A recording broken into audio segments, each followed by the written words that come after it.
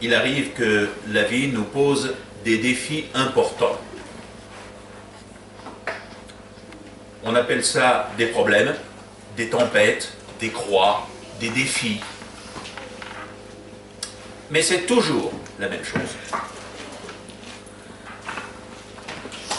Nous avons des problèmes affrontés avant la résurrection par les disciples, attention, qui avaient été à l'école de Jésus déjà et avaient vu tant de choses et ils venaient de voir la multiplication des pains.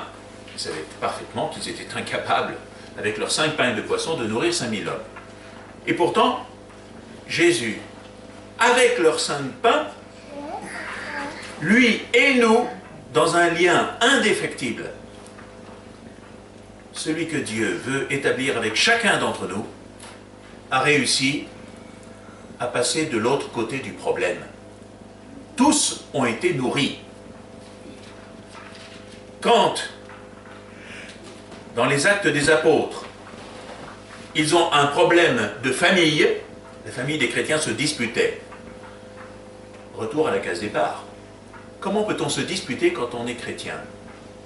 Ah, ben des fois, on a des problèmes et on n'arrive pas à s'accorder.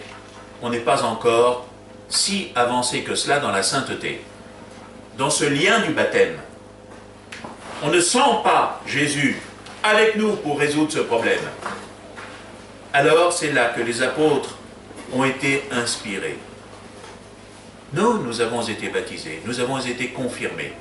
L'Esprit Saint est là pour justement affronter les problèmes avec nous. Il ne nous laisse jamais tout seuls. Mais alors comment ça se fait que ça marche si peu? Là, ils ont fait l'unanimité en créant le corps des diacres dans l'Église. Mais nous, quand est-ce que ça ne marche pas? C'est tout aussi intéressant de comprendre pourquoi ça ne marche pas que pourquoi ça marche. Vous comprenez bien. On est si souvent arrêté. Et puis, nos problèmes qui sont des montagnes, des tempêtes qui peuvent nous engloutir, nous incitent à baisser les bras. Là, une tempête, c'était des hommes de bateau, hein, c'était des pêcheurs. Ils continuent de ramer. Ils ne se découragent pas. Mais ils n'avancent pas.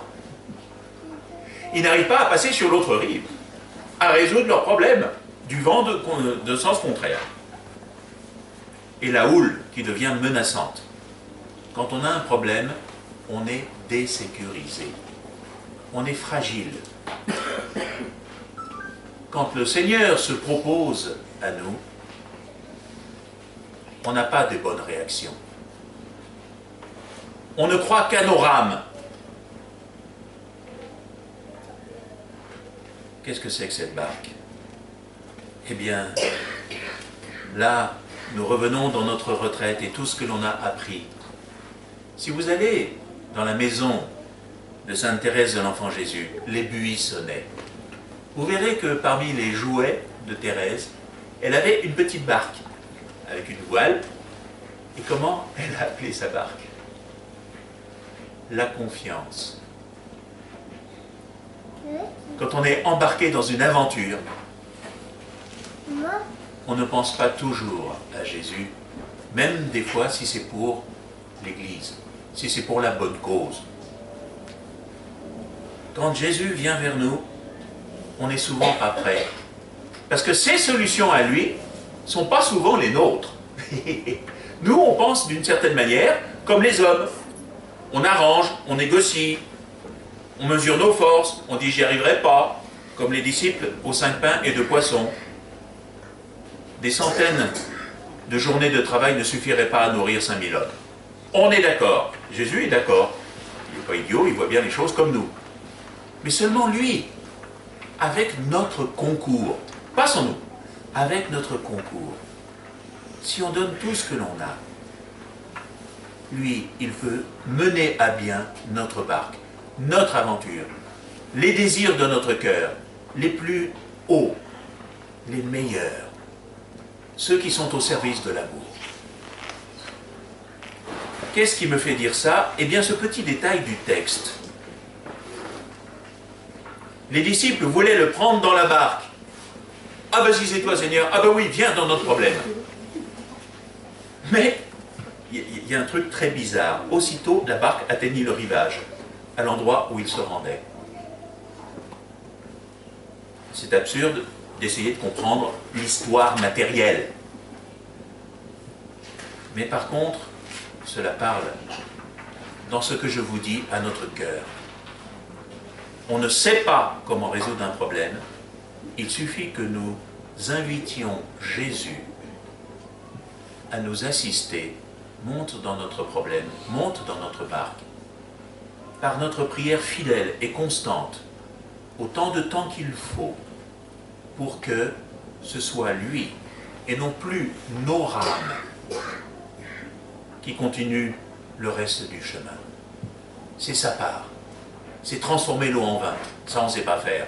C'est nourrir 5000 hommes avec 5 pains. Ça, on ne sait pas faire. C'est atteindre l'autre rive dans nos problèmes. Ça, on ne sait pas faire. Mais si on est fidèle dans notre prière, les rames, il faut en dire, oh, ça ne sert à rien, on n'avance pas beaucoup. Mais lui, il veut savoir si notre cœur est déterminé à l'inviter dans notre vie, à le faire monter dans notre barque.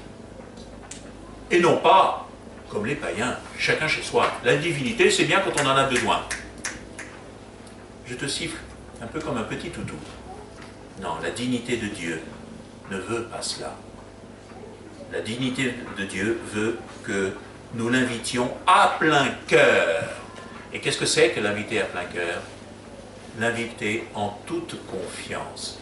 Comme un petit enfant assis sur les genoux de sa maman, a complètement confiance en sa maman, la preuve c'est qu'il regarde partout, il s'occupe que de ce qui l'intéresse. Pourquoi? Il est en sécurité, il est sur les genoux de sa maman, c'est tout. Ainsi, nous devons être dans la main de Dieu. Seigneur, que par la lumière de cet évangile, nous concevions toute notre vie dans la confiance totale avec celui qui vient vers nous, qui est venu vers nous jusqu'à la croix et qui donne tout pour que nous arrivions à l'autre rive de nos problèmes. Nous te rendons grâce, Seigneur, pour cette parole de lumière. Béni sois-tu, Seigneur.